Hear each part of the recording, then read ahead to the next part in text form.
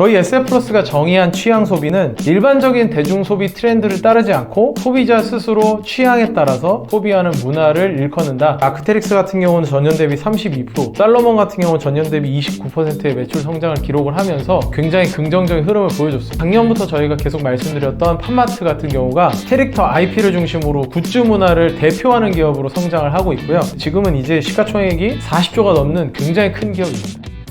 이번 달에 월간 주요 이슈에 대해서 말씀을 드리려고 찾아왔는데요. 저희가 지난 2024년 10월에 취향 소비라는 단어를 한번 말씀드린 적이 있는데, 지금의 시장 상황 자체가 어떤 특정한 트렌드가 압도적으로 주도하는 소비재 트렌드가 나타난다라기보다 각종 취향 소비의 영역들이 올라오는 상황이기 때문에 이 내용을 한 번 더 정리하고 가려고 합니다. 저희 SF플러스가 정의한 취향 소비는 일반적인 대중 소비 트렌드를 따르지 않고 소비자 스스로 취향에 따라서 또 속해 있는 커뮤니티에 따라서 소비하는 문화를 일컫는다 라고 보시면 좋을 것 같은데요. 이러한 저희의 생각대로 굉장히 다양한 브랜드가 올라오는 모습들을 지켜보고 있는 상황이고요. 특히나 이제 코로나 시기가 지나면서 중국을 중심으로 이러한 문화들이 강력하게 성장을 하고 있습니다. 2023년, 2024년을 지나면서 매출액이 막 10배 이상 성장하는 기업들도 나타나고 있기 때문에 이러한 취향 소비를 저희는 좀 더 면밀하게 봐야 되고 중요한 트렌드로 봐야 된다고 생각을 하고 있습니다. 취향 소비 성장의 원인을 두 가지 정도로 저희가 정리했는데요. 사실 시청자 여러분들이 보시면서